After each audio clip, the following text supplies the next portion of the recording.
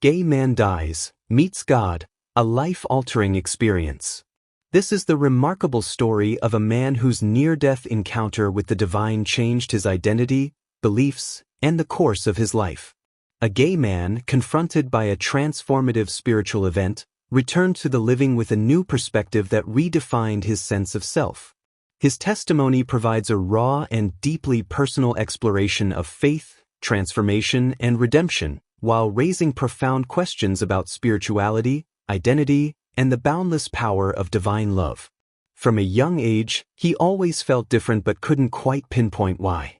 Growing up in a small, conservative town where traditions were treated as sacred laws, the pressure to conform was immense. He quickly learned that his community wasn't one that easily embraced differences. As a child, he suppressed emotions he couldn't fully understand, burying them beneath a desperate need to fit in and be accepted. By his teenage years, those suppressed feelings began to surface, cloaked in confusion and fear. He felt drawn to people in ways he couldn't explain, ways that didn't align with the expectations of those around him. While his friends spoke of crushes on girls, his heart seemed to follow a different rhythm. Terrified of being discovered, he became adept at hiding his true self. The church, a cornerstone of his upbringing, only deepened his internal conflict. Every Sunday, he sat in the pews listening to sermons that starkly divided right from wrong, heaven from hell. He was taught that love was meant to exist solely between a man and a woman, and anything else was unnatural and sinful. God, as portrayed in these sermons, was both a loving father and a stern judge, a dichotomy that weighed heavily on him. He yearned for God's love but was equally consumed by a fear of divine judgment. By the time he reached college, he had begun to come to terms with his sexuality, though the journey was fraught with challenges. Away from his family and church's watchful eyes, he started to explore who he was. He formed friendships with people who accepted him and celebrated his identity. For the first time, he experienced a sense of freedom, though it was tinged with the guilt and fear instilled in him during his formative years. He entered relationships and experienced love, but a lingering sense of incompleteness persisted. His internal conflict hadn't disappeared, it had merely shifted. While he loved the men he dated, he struggled to fully embrace those relationships, feeling as though he was betraying the faith ingrained in him. Late at night, he often found himself praying, unsure if he was seeking forgiveness or understanding. As he grew older, the divide within him only widened. Outwardly, he seemed to live a fulfilling life, successful, surrounded by friends, and outwardly happy. But deep down, he carried a profound unease. His spiritual life felt like an unhealed wound. He avoided church, unable to reconcile his faith with his identity, yet he clung to his belief in God. He was haunted by questions. Was he living a sinful life? Could God still love him? Did his identity exclude him from grace? He sought solace in many ways, reading self-help books, attending LGBTQ-affirming spiritual gatherings, and exploring various faith traditions. While these experiences offered moments of peace, they never fully answered the questions he had carried since childhood. He began to doubt whether it was even possible to bridge the gap between who he was and who he thought God wanted him to be. One day, everything changed. It began like any other day, routine and unremarkable. He went about his daily tasks, preoccupied with the usual concerns of life, work deadlines, errands, and dinner plans with friends. But as the hours passed, a vague unease crept in. That evening, while relaxing after dinner, a sharp, sudden pain shot through his chest. Initially dismissing it as stress or indigestion, he soon realized something was seriously wrong.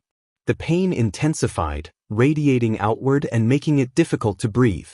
Panic set in as his vision blurred and the world around him tilted. He tried to reach for his phone, but his hands trembled so violently that he couldn't hold onto it. Cold sweat broke out over his body as he collapsed to the floor. The last thing he remembered was the muffled voices of concerned neighbors rushing to help. What happened next defied explanation. He didn't wake up in a hospital bed surrounded by doctors. Instead, he found himself in a place beyond comprehension, an otherworldly realm where he encountered God. This divine presence radiated overwhelming love and compassion, shattering every fear he'd ever carried about judgment. In that moment, he felt seen and known in a way that transcended all understanding. His life was laid bare before him, and yet there was no condemnation, only love. When he returned to life, he was profoundly changed. His encounter with God redefined his understanding of himself, his faith, and his purpose. The internal conflict that had plagued him for so long was replaced with a sense of peace and clarity. This story is a testament to the power of divine love, a love that heals, transforms, and transcends all human understanding. He struggled to reconcile his faith with his identity, yet he couldn't let go of his belief in God. Haunted by questions, he often wondered, was he living a life of sin? Could God still love him? Did his identity disqualify him from grace? In his search for solace, he explored various avenues. He dived into self-help books, attended LGBTQ-affirming spiritual gatherings, and examined different faith traditions. These experiences brought fleeting moments of peace but never fully quenched the deep thirst for answers he had carried since childhood. He began to question whether it was even possible to bridge the gap between who he was and who he thought God wanted him to be. Then came a period of profound despair. A relationship into which he had poured his heart ended abruptly, leaving him feeling lost and unmoored. He started to doubt not only his ability to love but also his worthiness of being loved. In his darkest moments, he wondered if his struggles were a form of punishment, payment for living a life that didn't align with the teachings of his youth. He felt trapped in a void, unable to move forward yet unwilling to go back.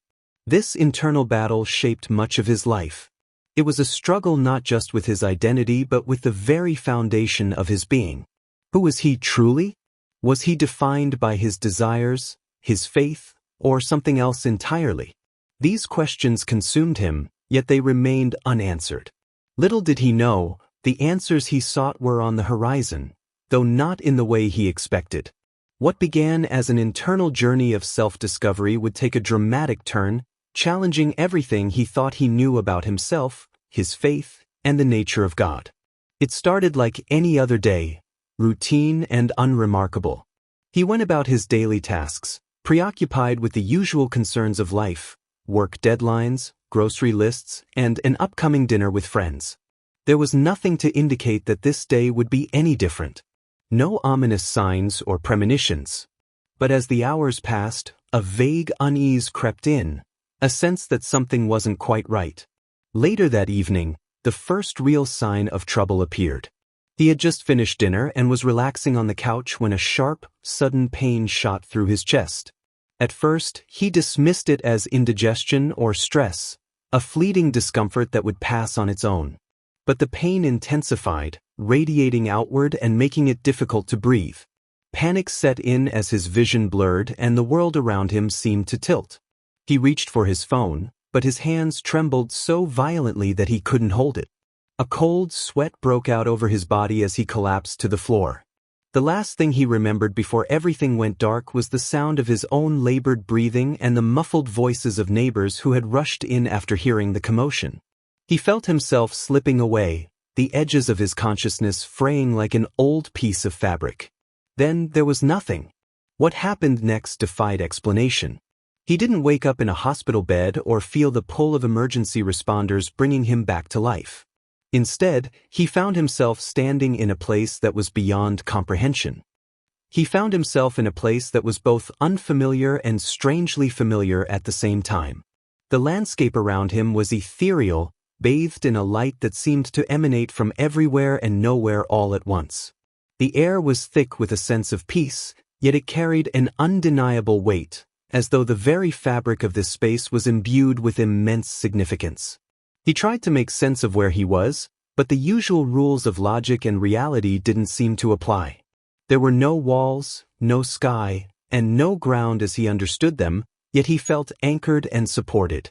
The colors around him were vivid and shifting, hues he had never seen before, yet instinctively understood. Time seemed to stretch and compress simultaneously, leaving him with no sense of how long he had been there. Then, a presence made itself known. It wasn't a person in the way he had always thought of people, but it was unmistakably someone. The presence radiated warmth, love, and an authority that commanded respect without demanding it.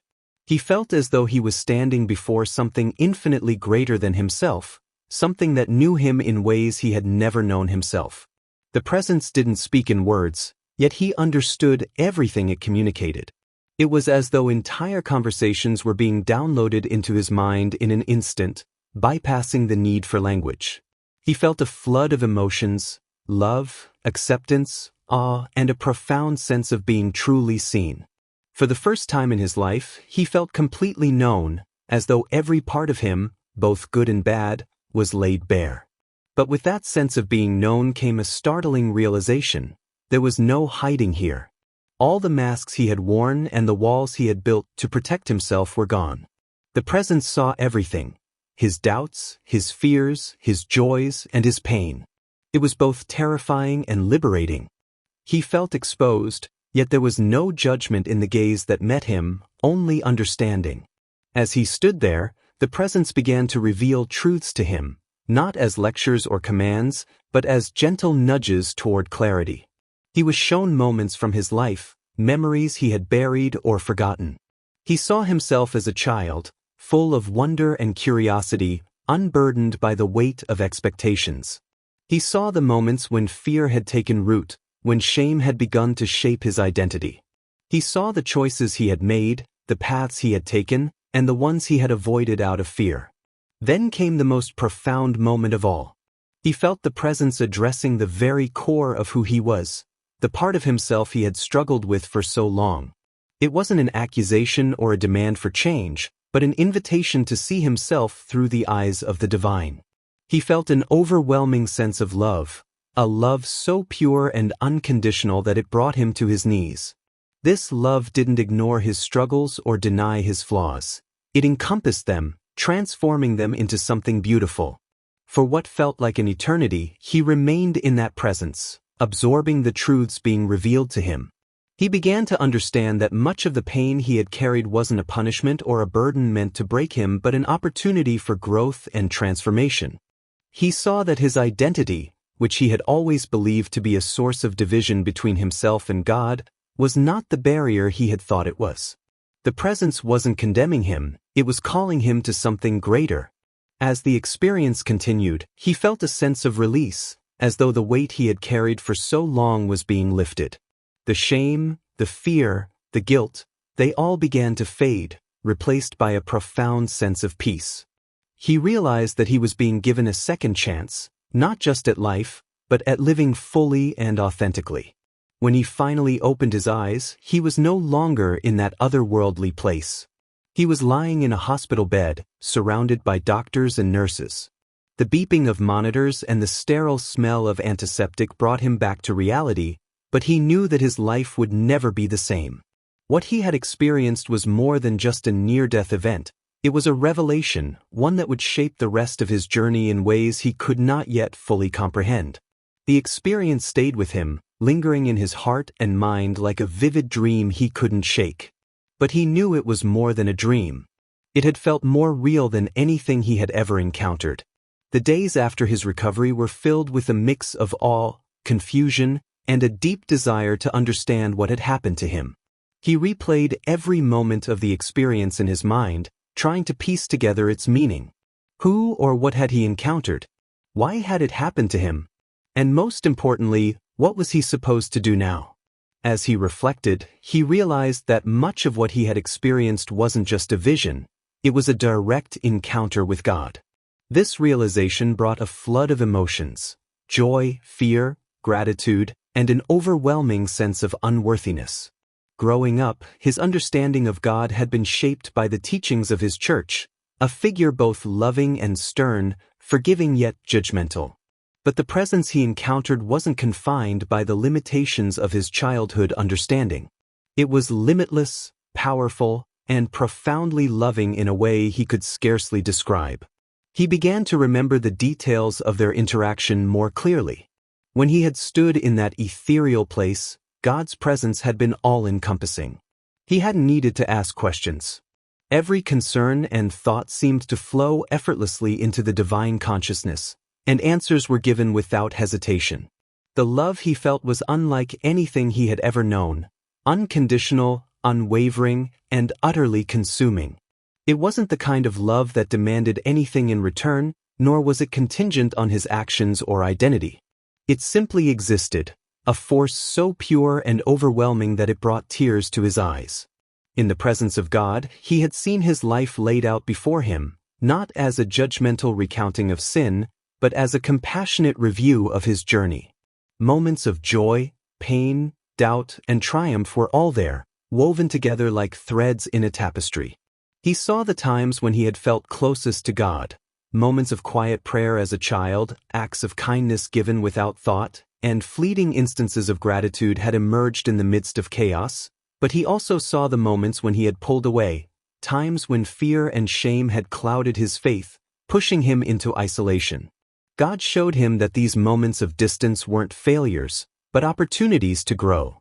Each time he had struggled, he had also been given a chance to choose love, to choose faith, and to choose something greater than himself. The realization was both humbling and empowering. He saw that his life, with all its complexities and contradictions, was not a mistake or a deviation from some divine plan. It was a journey, one that had always been known and loved by God. Perhaps the most transformative part of the encounter was when God addressed the very core of his identity. For years, he had carried a deep-seated fear that his sexuality made him unworthy of God's love. He had wrestled with the belief that he was fundamentally flawed, that his desires were a barrier between him and the divine.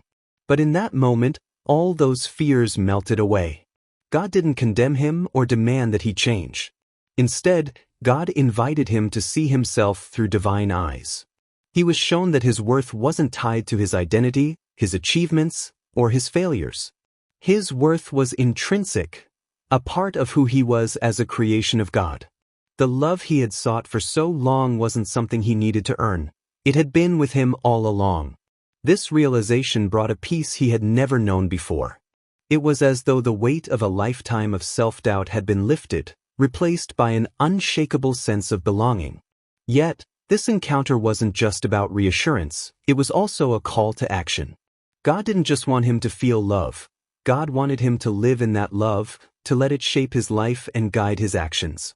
He felt a deep conviction that he was being called to something greater, though he didn't yet fully understand what that meant. All he knew was that he couldn't go back to the way things were. The encounter had changed him, and now it was up to him to figure out what to do with that change. As the days turned into weeks, he found himself drawn to prayer and meditation in a way he hadn't been since he was a child. He spent hours reflecting on his experience, seeking clarity and guidance. He began to see his life through a new lens, one that was shaped by the love and acceptance he had felt in God's presence. Old fears and doubts still lingered, but they no longer held the same power over him. He was learning to let go of the shame that had haunted him for so long, replacing it with a quiet confidence in God's love. He also started to notice changes in how he interacted with others. The love he had felt in God's presence wasn't something he could keep to himself. It overflowed into his relationships and daily life. He found himself more patient, more compassionate, and more willing to forgive. He began to see the people around him not as strangers or adversaries, but as fellow travelers on their own journeys, each one deeply loved by the same God who had reached out to him. The encounter had given him a glimpse of something beyond the limitations of this world. A reality where love and grace were the ultimate truths had been revealed to him. It was a glimpse he knew would stay with him for the rest of his life, shaping his path and guiding his steps. But it also left him with a profound sense of responsibility. He had been given a gift, and now it was up to him to share that gift with others, to live a life that reflected the love and acceptance he had been shown. Though he didn't have all the answers, he felt a renewed sense of purpose. He was no longer just searching for meaning, he was living it. The encounter with God had awakened something within him, a spark of divine light that he knew would continue to grow as he walked forward in faith. As he moved into this new chapter of his life, he carried with him the certainty that he was not alone, that God was with him, guiding him every step of the way. Returning to life after his profound encounter with God was both exhilarating and bewildering. On the surface, everything seemed the same. The world around him moved on as it always had, cars sped down the street, people chatted on their phones, and life continued uninterrupted. But inside, he was a different person. The transformation he had undergone was so deeply ingrained that it felt as though he had been reborn. Yet navigating this newfound clarity in a world that hadn't changed was far more challenging than he had anticipated. The first few days back in the hospital were a whirlwind of medical tests and concerned visits from family and friends. Everyone wanted to know what had happened, how he was feeling, and whether he remembered anything from his near-death experience. He struggled to articulate what he had seen and felt. How could he possibly put into words an encounter that transcended language and human understanding? Whenever he tried to explain, he was met with puzzled looks, polite nods, or outright skepticism. Only a few close friends seemed genuinely open to listening, and even they struggled to grasp the depth of what he had experienced.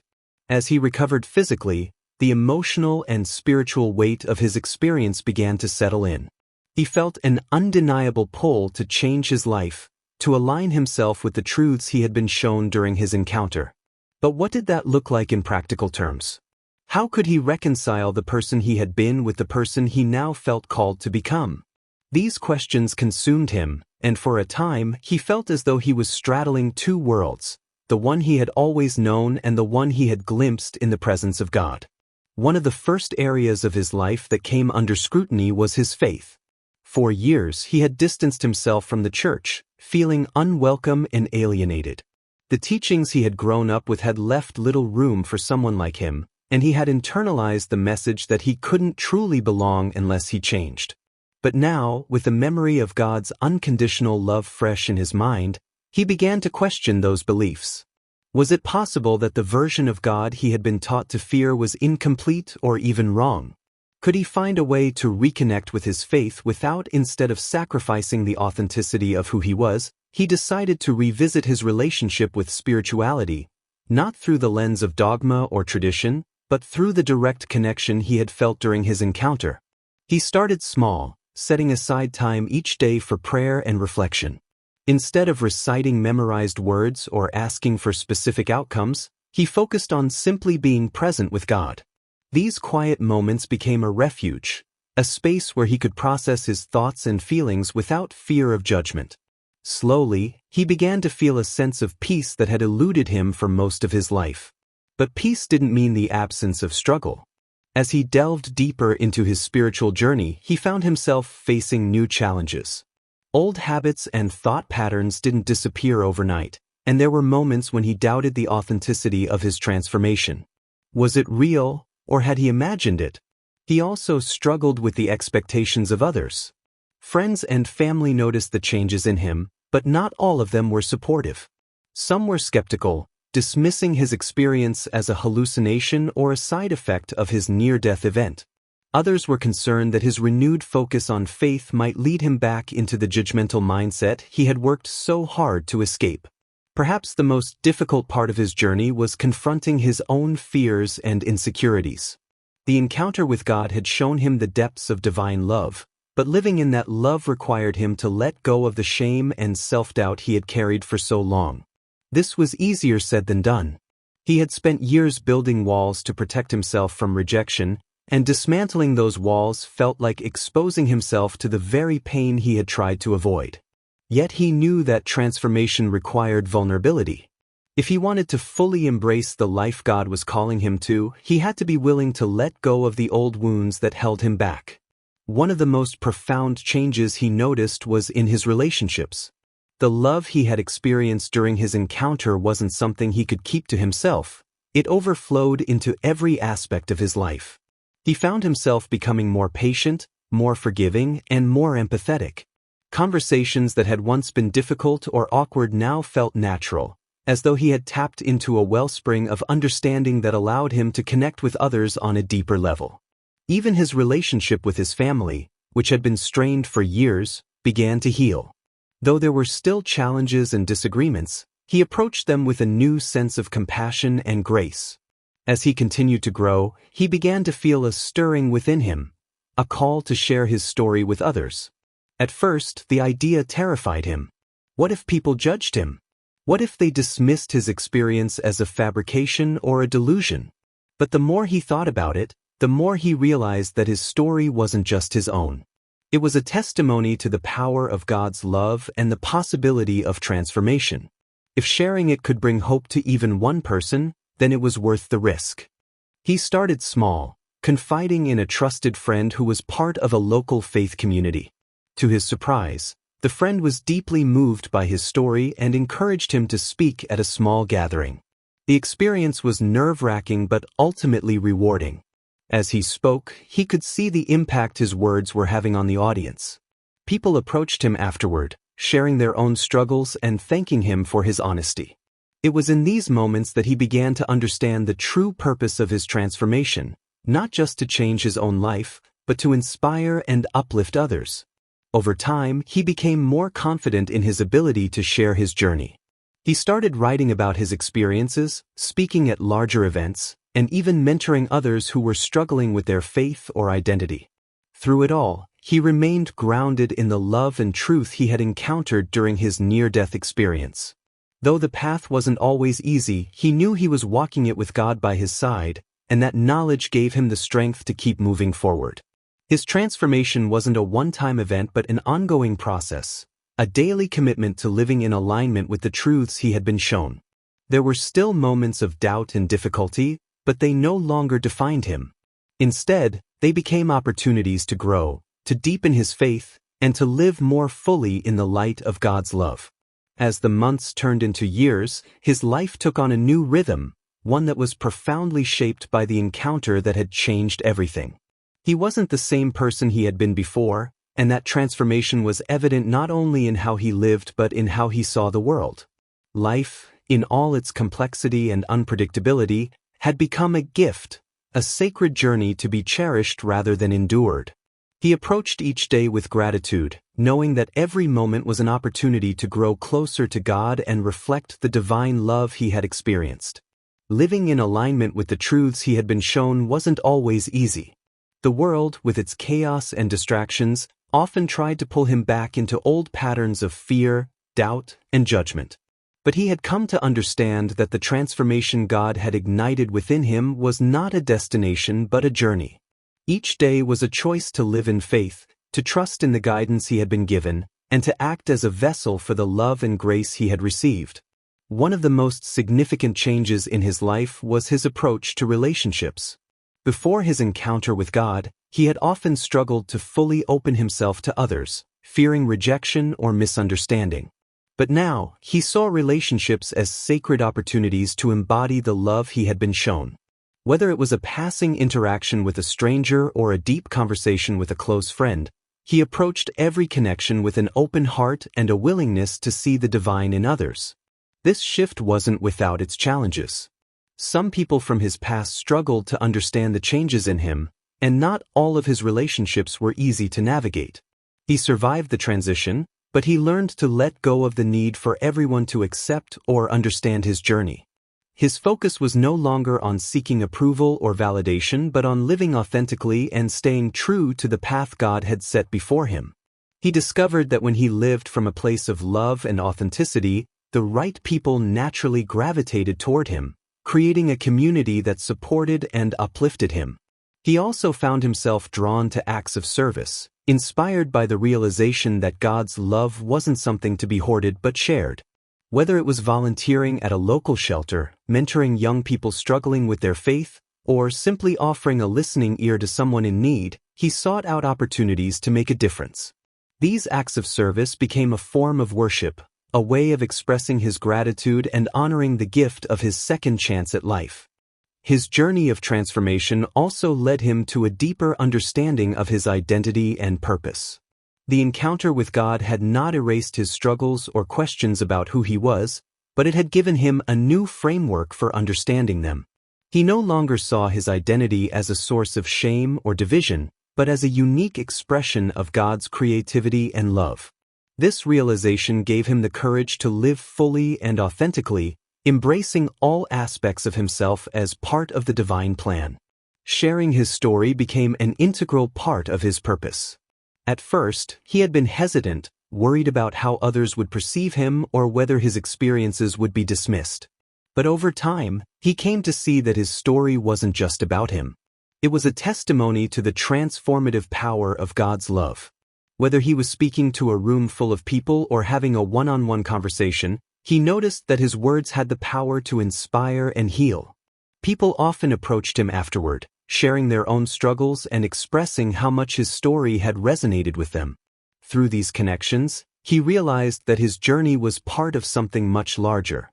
He was just one thread in the tapestry of God's work, but that thread had the power to touch others in ways he could never have imagined. This realization deepened his sense of humility and responsibility. He wasn't called to be perfect or to have all the answers. He was simply called to be faithful and to trust that God would use him in the right ways at the right times. As he continued to share his story, he began to notice patterns in the questions and concerns people brought to him.